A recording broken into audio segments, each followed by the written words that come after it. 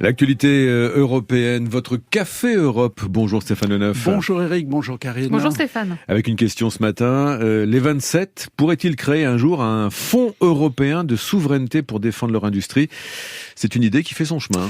Et cette idée a été lancée récemment par Thierry Breton, le commissaire européen au marché intérieur. L'objectif, si ce fonds voit le jour, ce serait de soutenir les projets industriels européens dans les nouvelles technologies, mais aussi de se donner une arme pour contrer le plan de relance américain de 420 milliards de dollars, plan fustigé par les Européens car il favorise les entreprises américaines et risque de mettre en place des distorsions de concurrence aux dépens des entreprises européennes. Alors ce fonds européen pourrait être financé à hauteur de 2% du PIB européen, soit environ 350 milliards d'euros.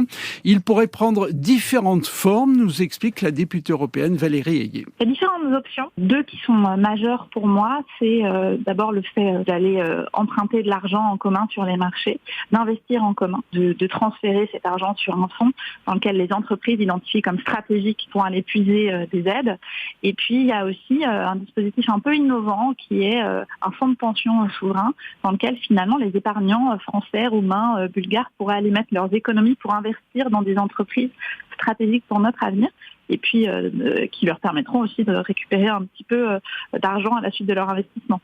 Et puis pour moi, c'est important parce qu'avec une initiative comme celle-ci, on renforce le sentiment d'appartenance européen aussi, avec des projets très très concrets pour accompagner des entreprises qui vont nous permettre de reproduire du paracétamol en Europe, par exemple, ou d'accélérer sur la cybersécurité, par exemple. Aujourd'hui, plus personne ne remet en cause le fait qu'on a besoin d'avancer sur notre autonomie stratégique. En fait, la réalité, c'est qu'on aura besoin de beaucoup d'argent pour financer notre autonomie stratégique. En européen, il faut aussi qu'on mette de l'argent sur la table. Et là, quand on parle d'argent, quand on parle de gros sous entre les États, on a des divergences d'approche. Donc, il nous faudra encore un petit peu de temps, mais moi, je suis confiante pour convaincre l'ensemble des États membres que oui, il faudra mettre de l'argent ensemble. Et à mon avis, ça passe par un investissement en commun et un emprunt en commun. Valérie Ayé, députée européenne, à propos du futur fonds européen de souveraineté. Le Danemark, Stéphane, s'est doté d'un nouveau gouvernement, ça y est. 6 semaines après les législatives, les sociodémocrates et les libéraux sont tombés d'accord cette semaine pour gouverner ensemble au sein d'une alliance inédite gauche-droite. La dernière de ce style remonte à plus de 40 ans. Les sociodémocrates restent majoritaires au sein de la coalition avec 50 sièges sur les 179 que compte le Parlement danois. La Bosnie fait un pas de plus vers son adhésion à l'Union. Cette semaine, les 27 ministres des Affaires européennes de l'Union se sont mis d'accord pour donner à la Bosnie le statut de candidat.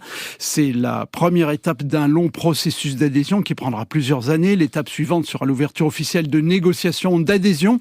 7 pays sont actuellement candidats à l'adhésion. La Turquie, mais le processus est gelé. La Macédoine du Nord, le Monténégro, la Serbie, l'Albanie, l'Ukraine et la Moldavie. On termine avec cet accord entre le Royaume-Uni et l'Albanie sur l'immigration illégale. Les deux pays se sont mis d'accord sur des mesures destinées à lutter contre l'immigration illégale. Malgré le Brexit, le Royaume-Uni n'a jamais vu autant de migrants arriver sur ses côtes. 45 000 depuis le début de l'année. Un tiers viennent d'Albanie.